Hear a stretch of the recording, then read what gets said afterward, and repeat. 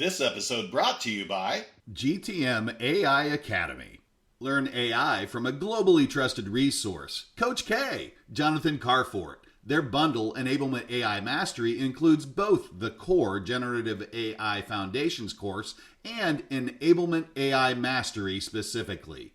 Each course has a value of $599 individually, but Coach K is offering them as a bundle with reduced pricing. And as a listener of the Inside Sales Enablement podcast, if you act now, you can use code ISE30 to get an additional 30% off of the entire thing. You will also receive free access to the GTM AI Tools demo library. Coach K has done the demos, so you don't have to, and offers his straight shooting opinion, fact-based through an enablement lens. Go to www.gtmaiacademy.com and enter code ISE30 today and elevate your AI enablement game. Welcome to the Inside Sales Enablement podcast. Where has the profession been? Where is it now? And where is it heading? What does it mean to you, your company, other functions, the market?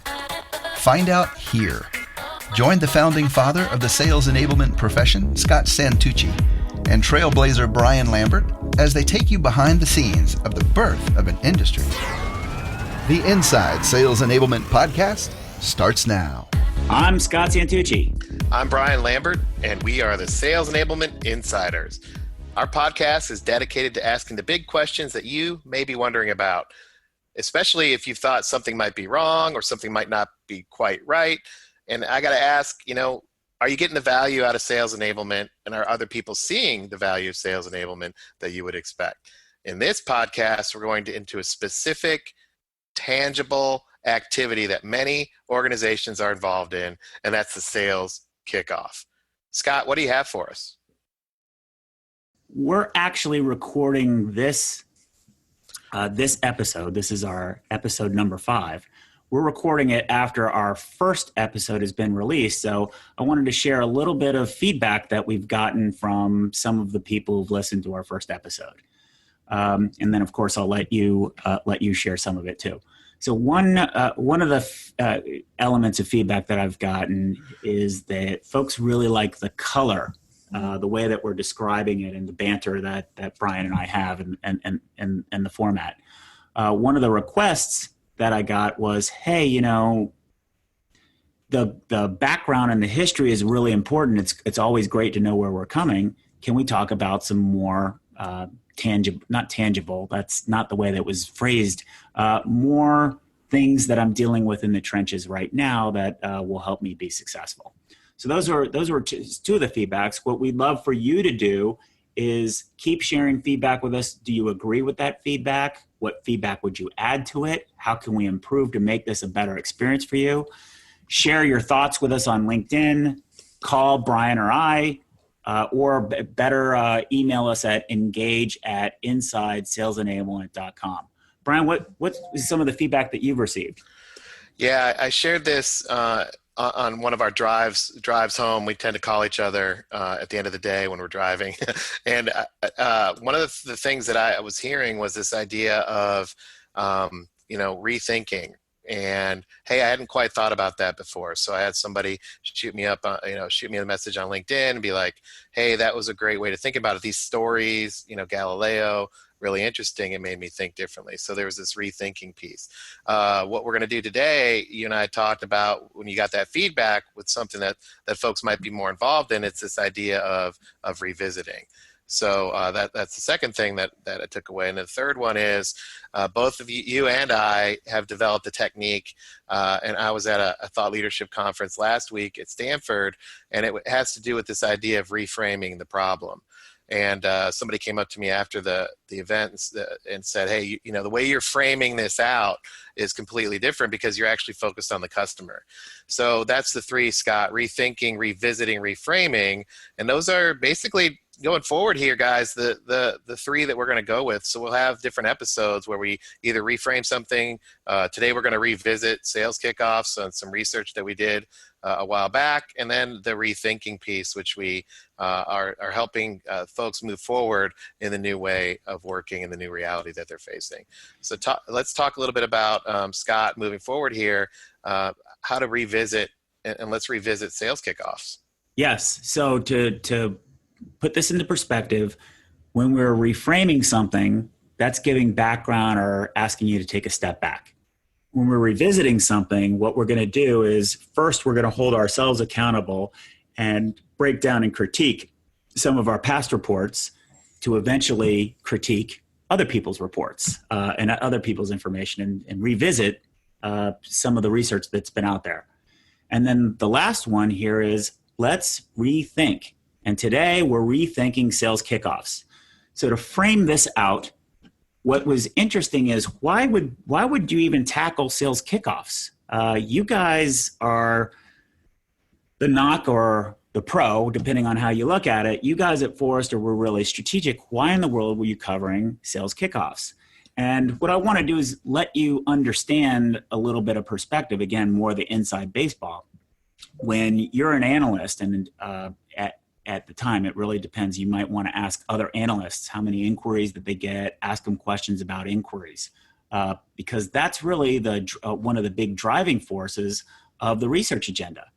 And at the time, when we were at Forrester, our department, our group was maxed out on inquiries. We had inquiries. We had some of the highest inquiry loads of the entire company. And one of the trends that emerged was a lot of questions around sales kickoffs, interestingly enough. And I was very curious about it because the questions that we were getting asked were all over the place. So here we have same roles from similar size companies asking about the same topic from completely different ends of the spectrum. And for me, the one that characterized this to make it to one of our research meetings to discuss what we're going to talk about was one of the inquiries we got from Novell. And that particular individual had shared with me that they had done an audit, an analysis of return on investment, and that they got a negative return on investment of their sales kickoffs when they factored in all the travel time, the opportunity cost of lost sales time, the expense of all the glitz and glamour. And what they decided to do was to go to a completely virtual experience. And as a researcher, I try to resist my initial reaction, having been a salesperson my whole life. How in the world am I going to go and have tequila shots with my peers? Yeah, I was wondering the same thing, or go-karting, or right. Where am I going to get those interactions to build the culture?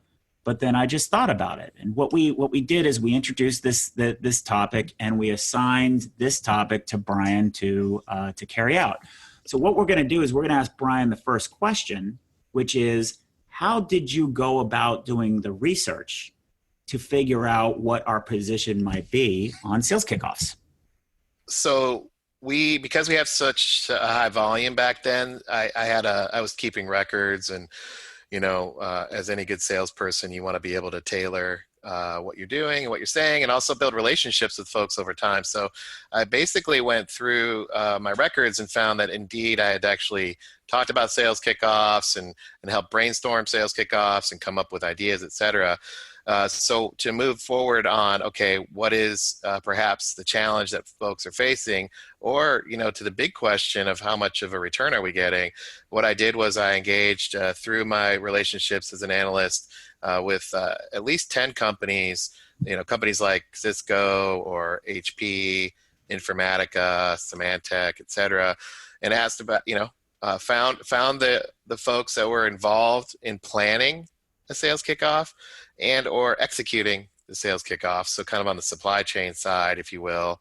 And then I also talked to the individuals that were recipients of that service, so sales managers and salespeople, to try to get a 360-degree view of this experience that was being created. And to add to that experience, one of the one of the traits is, as a Forrester analyst, you're often, at least I was often, and I know, Brian, you went to several yourself, asked to participate and hired to speak at sales kickoffs. So we have the experience of being immersed in the situation as well. Now, just so you're following, I still have a little bit about the researcher in me. I hope you notice that there's a bias at the point in time. At Forrester, our research group was focused specifically on the tech industry. So we didn't do a lot of research in other industries and other groups. So this is information that has a bias to the tech industry. But Brian, what were some of the things? What were some three-level? One of the findings in that analysis that you had is there's really basically three types of goals of what a sales kickoff is about. Is that right? Yeah, that's right. And to get to those three goals, wading through it all, different expectations, different needs, different objectives for sales kickoffs. There's different time horizons. Some folks would plan for a year, other people would plan for 30 days. But where it all came together was basically three outcomes or three key objectives. The first one was, as a sales organization or in support of the sales organization, we're going to help our sales team take a different tack or go in a different direction. That was one big area of focus. The second key outcome or objective of a sales kickoff was we need to get started. So we're going to initiate something new, such as a new product, the new focus from the executive team, et cetera. And then the third area was we need to fine tune. We're doing well, but there's some things that we want to tweak, things that we need to adjust as we get in tune with our customers. So we're going to go in a completely different direction. Is one. The second one was we're going to take a first step and get people started on a path.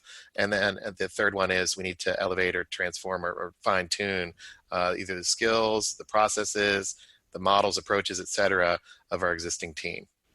But let me add some color to that, because after this report, I started paying very close attention to the sales kickoffs that I was involved in and what my role was as a keynote speaker. So let me add some color to what Brian said.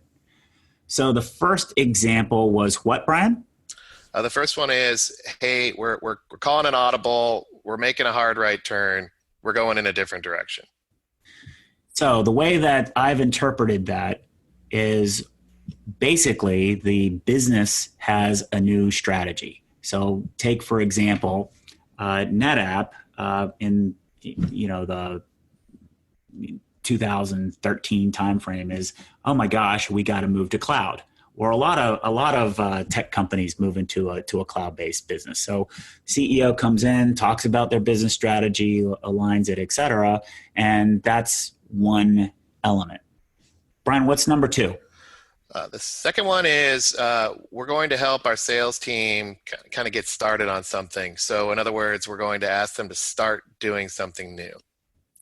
So the way that I've interpreted that, I think a lot of us can appreciate this, that's introducing challenger sale or some new sales technique, or based on some of my experiences at the Alexander Group in management consulting, rolling out a new coverage plan or something like that. So we're going to go about getting started. So you can kind of imagine what the flavor is there and what questions and the attitude of the sales force is in both of those buckets. Brian, what was number three? The third one was this idea of, hey, sales team, you guys are doing some great things. However, pause, we need to fine tune.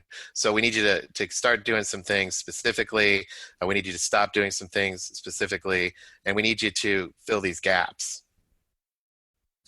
What resonates with me there is, having participated in a few sales kickoffs on that one, immediately I'm drawn to the readout of the head of sales who's sharing data about pipeline and forecasting and talking about how much of the multiple do we have in the forecast and how much behind we are and what we need to do to accomplish that, et cetera. So it's basically a call to arms. We're behind on missing the number, or we're behind on some of our clarity, or we're not doing these particular things pretty well. And it's a rallying of the troops, and a very clear message is delivered about what we want to do to improve. That would be my color of those three buckets. So Brian, my next question to you is, if we think about the goal for each one of those three things, what is the structure of a sales kickoff? So how do people structure these things? Are they all going to where Novell did and experiment with delivering this all online? Or how do they use their time? And are there breakout sessions, curricula? What's the structure? What does it look like?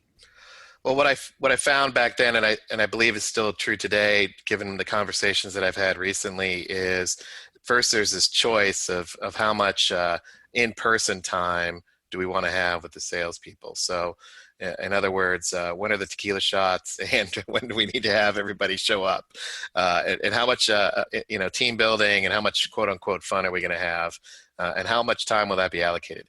If the question comes back that we don't need them to get together and we're not going to do that fun stuff, it tends to go pretty quickly into something that's a little bit more remote, because I think the bias has been that these kickoffs are about knowledge transfer, or quote unquote, telling the troops. And so that's the first thing, is how much face-to-face do we really think needs to happen? If it goes on the other side, where we need to have the face-to-face, we want to look people in the eye, we want them to pause their activities for a minute, take a step back and get re-engaged, then it comes down to what's the best way to manage that in-person experience.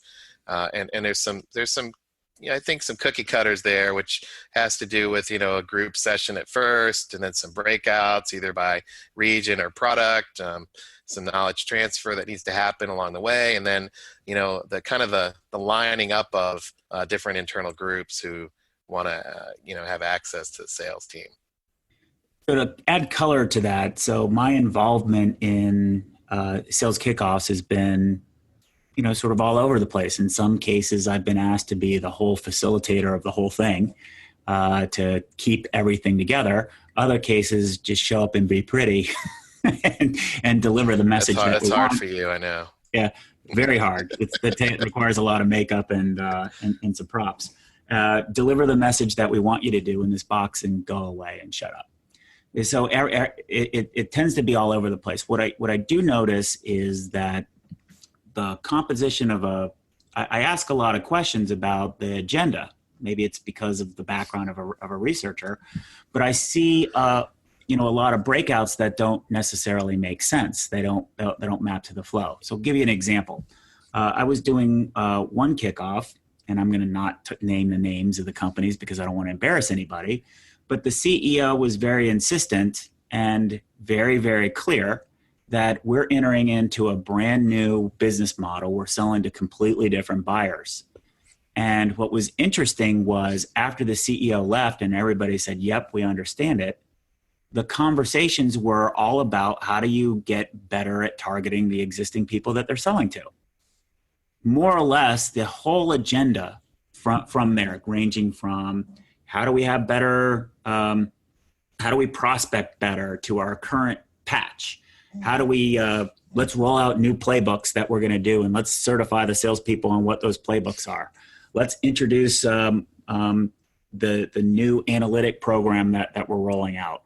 Let's hear from marketing about the new lead generation process and how we're going to go fill those things. And I'm listening and I'm participating in each one of those and taking notes. And at no point in time did any of those acknowledge the fact that the CEO was asking them to sell to a completely new buyer, completely new.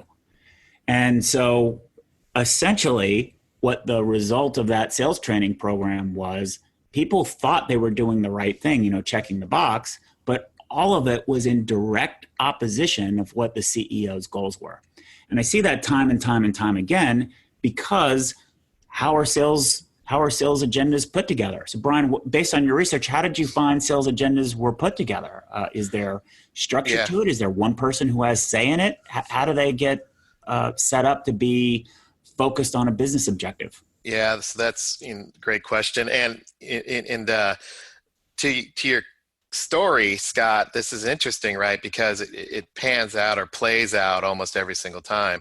If you believe a sales kickoff is for communication purposes, that's going to set up a whole bias for the whole entire experience. However, if you look at a sales kickoff as a way in which to equip sellers to be successful against the sales strategy, that's a whole other thing. So in this case, hey, we need to sell to a completely different buyer. The pattern one would be, well, let's communicate all that stuff and, make sure they understand it. So the what of it. In pattern number two, it's like, holy cow, we're going to sell to a new buyer. Maybe we should equip sellers with actually how to do that. And either way, you're in a cross-functional definition or a cross-functional filtering of what that means. So on the communication side, we're going to communicate, marketing would have a position about what to communicate, operations, analytics, even compensation. Here's what we need to communicate to drive that behavior. On pattern two, which is now we're going to equip salespeople to actually go do it, you're going to have a cross-functional lens there. And that's interesting because as somebody with an L&D background, I would be in the space of, okay, well, let's role play these. Let's model this out. Heck, let's bring in one of these buyers and have them, clearly explain the expectations of sellers as they interact.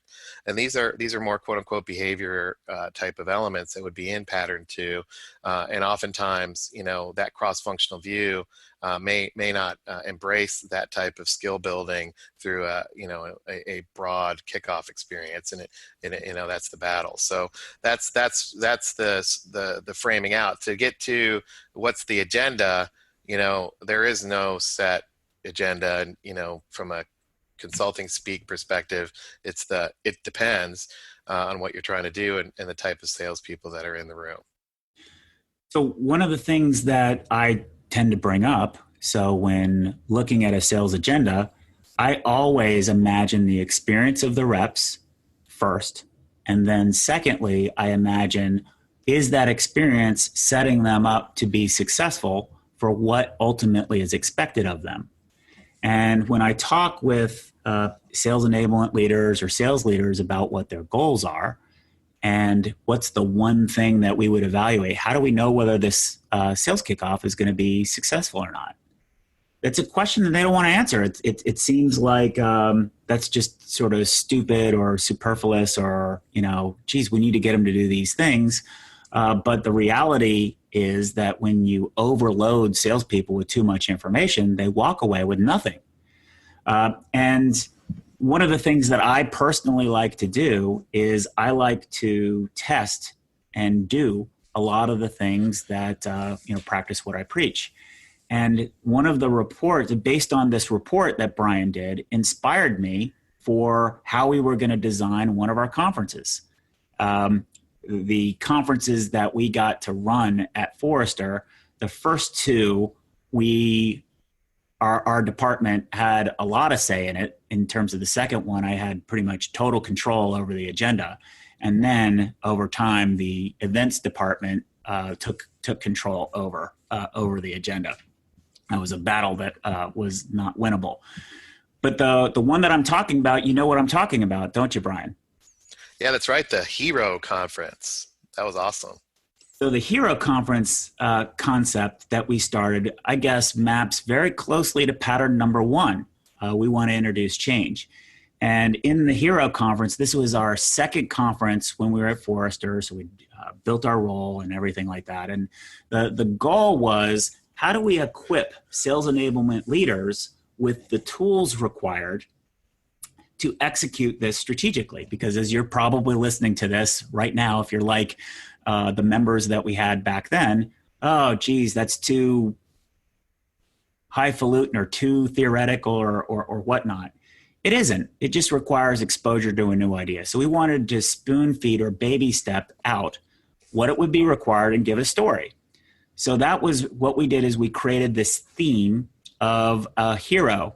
And the hero had an acronym. We're research analysts, but we had this picture of a superstar. And we basically said, you guys are all the heroes in training. And our acronym stood for the capabilities we thought strategic sales enablement leaders needed. H for holistic, E for engineered, R for reality, and O for ongoing operations. So Brian, why don't you talk a little bit about how we went about doing that? Yeah. So, what are the ingredients here? And, you guys would have to take our word for it, but we had great feedback from everybody there, including vendors who were part of this experience to help sales enablement leaders, be heroes. And it was probably one of the best conferences that I've been a part of delivering. And actually the audience said it's been the best one that they've ever attended. But if you look at the components or the ingredients of success there, it goes back to the research, which was, what's the single goal? And can we just have one goal? And I think, this is the paradox of simplicity. The single goal here is, how do we equip sales enablement leaders with the tools to be strategic? That's the one goal. And but when you look at it, equipping, what does that mean? Who are sales enablement leaders and who are not? How would you define that? What do we mean by tools? Each one of those is open to interpretation depending on who's involved. So when you say creating an agenda to achieve that singular goal, then everybody has a role to play. And we use this connecting theme, this hero idea, which was indeed superheroes. We had a lot of that type of visualization, et cetera. It unified everybody so they felt like they were, part of something bigger. So it was a very architected experience end to end.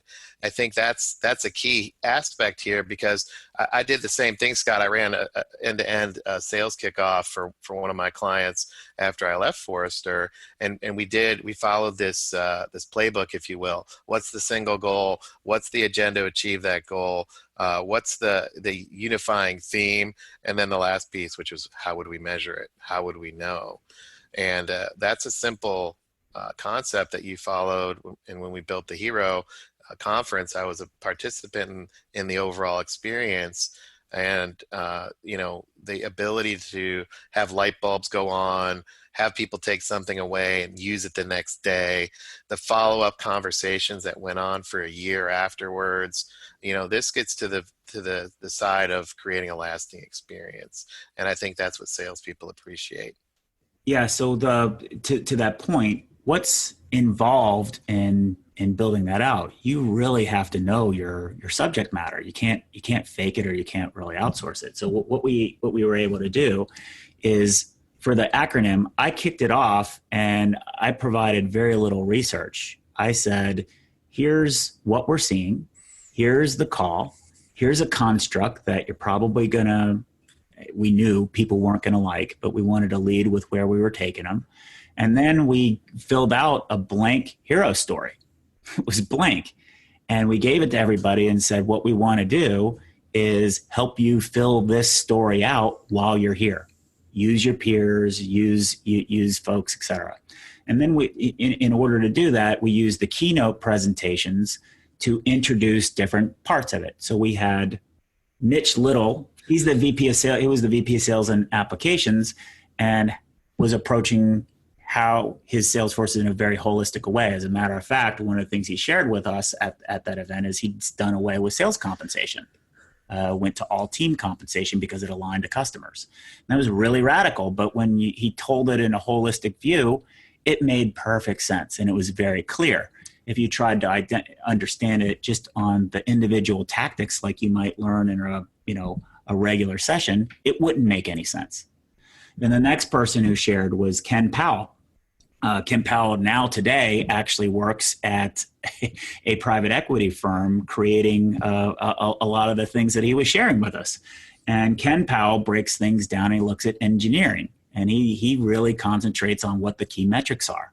If you don't have key metrics that you're looking for, it's going to be very hard to measure results. And again, if you broke each one down and tried to learn all the individual metrics that you did individually, it wouldn't make any sense. But when he told it in his overall story about how he was using it to drive strategic results, it made a heck of a lot of sense. Then the next person that spoke was Carol Sestella, and Carol had R. And what Carol is amazingly gifted at is getting beyond the data and capturing the stories of the sellers and bringing to life their plight. And the reason that I think that's so important is our salespeople, in a lot of ways, are like canaries in a coal mine. They're experiencing the changes that are happening in our buyers way quicker than any of us can understand. And if we don't have the skills or talent to be able to communicate what they're wrestling with, it makes the rest of the organization very hard and very difficult. So hearing that story and hearing canary in a coal mine on a one-off basis might sound, why would I do it? But if you hear Carol talk about it, it's amazing. And the discipline that she puts into stakeholder management and making sure that each message is delivered to each individual stakeholder in a very unique way, the following the what's in it for me element was really critical.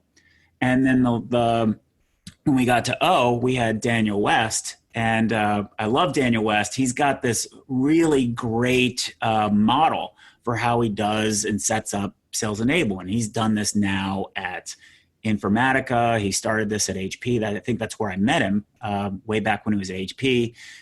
He's been at Salesforce.com, and now he's at Oracle, still running this playbook and tweaking it, of course. And he's got this metaphor about using industrialization practices from the Industrial Revolution about how to set up and scale a sales enablement function. So you put all of these together, and then we had you as sort of the closer. And Brian, what was your presentation about? Yeah, mine was about using your superpowers to actually activate all this stuff through people. So the theme was, kind of greatest American hero. What are the superpowers that you can use on a day-to-day basis to action this? And I was, trying to bring a touch of levity to it, but also anchor this experience as something that could be achievable, even if it might feel a little clumsy, might not come out fully polished. That stuff's okay. It's about focusing on the outcome. That was the overall story arc that we delivered in the keynote presentation. We gave the map of where we were. The goal that we knew going into this, because we'd been role-playing it out with our members, we modeled it off of our more successful members. There's a journey to go through, just like there's a journey that your sellers are going to need to go through. The journey that your sellers are going to need to go through on step number 1 is, hey, we have to sell to new different buyers. Well, what's that? Plot out that course. Make those your keynote sessions, and then provide supporting material in the breakout sessions, and town halls. Create space for them to do exercises to show that they get it together. Create the environment for folks to learn together. So that was the arc that we were doing. And each step along the way, we changed a little bit more about the environment. So we were also in control of the environment. We were in control of the music. We were in control of the sound. And each step along the way, we went from being less about Forrester and more about members, being less about, hey, listen to this gig, to more about, what do you think the answer is? And by navigating that flow, a lot of the people walked away from there completely energized, and we ended up manufacturing a lot of big strategic leaders out there that are well renowned in the industry today. And those a lot of those people today had their first experiences with what sales enablement was at that particular conference. Mapping that back forward to a sales kickoff, you can navigate that particular story, that particular architecture, and kind of control the story, because you're going to know doggone well the human effect that people are going to have. So that's been my experience with that. And to Brian's point, we did get a lot of feedback that was really positive. As a matter of fact, we had several of our members ask us how we put it together so that they could develop their own sales training curriculums or not training curriculums, kickoffs following that same method. So Brian, what were some of your takeaways from this report? And since then, what are your thoughts with regards to sales kickoffs? Yeah, so the big thing that was we've hit on was this idea of having a specific objective and a goal, et cetera. So, carrying that forward, how would we do that? There are 2 key takeaways that I have. One is this idea of shifting inside out to outside in, right? And helping people through that. So this idea of what does the customer expect, what type of conversations, how do we take more of an outside in lens as opposed to all the things that salespeople need to know. It's more about what do sellers need to be successful around, and how would we help them do it with an outside in lens. And if your kickoff, for example, is about customers, maybe you should have them there, or could have them there, and make it more about the customer's reality. To get there, the second takeaway I have, and Scott, you and I have spent a lot of time on this over the years, it's this idea of from what to what. So they're here now. We need them to go there. How would we clearly define the from what and clearly define the to what aspects so we can close that gap through an experience? So you've outlined some here. We're going to talk less about Forrester and more about them and their success. That's a from what to what journey that can be architected through a series of the agenda items, for example. That's very tactical. But every hour the dial would get cranked to the to what state.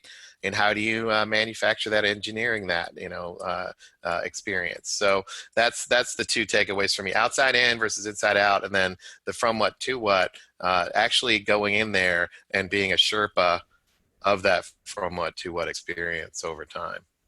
And I want to piggyback on the from what to what, because as simple as that sounds, a lot of people don't stick with it. And in my opinion, it's the most important thing. First, get clarity about where your sales force actually is. So for example, I participated in a kickoff to introduce, actually led the whole session, to help introduce a company that was focused on selling on-prem work to teach them how to sell to the cloud. And the thing that we knew is that the overwhelming majority of those sellers actually were selling to an infrastructure buyer, and the buyer of these cloud services was actually going to be an application buyer. So none of these people in the audience had even met with who this real buyer was. How do you get people to pay attention to that? You don't just tell them that. Who the heck are we? You have to create an environment or experience to help them self-discover, and then once they self-discover, help them through that course. And what's interesting is plotting that out seems very reasonable for us, but managing the expectations of the business unit owner who wanted to say, they need to know this, they need to know this, they need to know this. And we had to keep going back and saying, but they don't know that they need to know that yet. They don't know this yet because they have a perspective of reality. So doing the work beforehand to really understand where your sellers are is critical. Because if you don't have that ability, then somewhere along the line, 2 weeks out, 4 weeks out, somebody's going to get a lot of anxiety because they don't see their agenda, or they don't see what they want to happen in the storyboard, and they're going to want to push it through, forcing, and you might capitulate and force a change to the overall agenda, which puts at risk the overall objective in the first place. So that's right. That's one comment. Any feedback on that, Brian? No, we're running out of time, so that's great feedback. I don't have any more, Scott. Okay, and then I want to just share one key thought of mine. If you've had the opportunity, if you participated in the founding meeting of the Sales Enablement Society, or participated in the first conference of the Sales Enablement Society, both of those were architected. And I'll tell you, the first one was a little bit easier because we had more control, but it was still difficult. A lot of people, when folks are coming into Palm Beach, start to get anxious and they want to see details and details and details. But when you're designing it to an experience and you don't know what the outcome is going to be, you can't give them those details. And you can just reassure them that we'll get there because the agenda is forcing it to get there. It's, standard learning 101 facilitation, but bringing those things out to all of the people who are super anxious about a result is challenging. And then when you go to the Sales Enablement, the first Sales Enablement Society conference was incredibly experiential. We broke a lot of rules. I think we should unpack that one, Brian, and let's include Walter in that as well. But we really focused on making it an experience and a lot of discussion and a lot of open feedback. If you were there, you felt that energy, and it created a lot of motivation. I think the goal is there's a way that you can architect this. There's an approach you need to follow, but it's really challenging. I will say this on all of the different goals, and I'll let you comment and say our last parting shots, Brian. I will say this: in every single sales kick I've been involved with, I always have measurable goals that we can go back and review, and I can assign some sort of return on investment to it, both to the company or to the sellers. And they're always tremendous accomplishments because of the discipline to focus on where people are and where you want to get to, and that singular focus of what's the journey we want to take them on. Yeah, and being empathetic too, and saying, when you start hearing the feedback, hey, I need more details, instead of discounting that as you pursue that objective, maybe there's something simple that you can do. And one of the biggest things out of that conference, Scott, was that, as you arrive, show up at this bar, we're going to network. And that decreased a lot of the anxiety for folks wondering what was going to happen when they showed up in the main room. And we had a positive energy. And that was something simple and easy. And instead of discounting the angst that people might have around lack of detail, saying, okay, we understand that, here's what we can do about it. And I think meeting people halfway in times of change is critical. I totally agree. Yeah. And that's my parting words of wisdom, if you will. And thanks so much for listening, everybody. And as Scott said, send us an email, send us stories at engage@insidesc.com. Keep giving us those ideas. And as you can tell, we're making fast improvements as we go. And eventually we will have other folks on this to help us with this. And we want to hear from them too. And I appreciate so much the advice and dialogue along the way. And as always, Scott, I appreciate the time and great conversation today. Thanks so much. Thanks for joining us. To become an insider and amplify your journey, make sure you've subscribed to our show. If you have an idea for what Scott and Brian can cover in a future podcast or have a story to share, please email them at engage@insidese.com.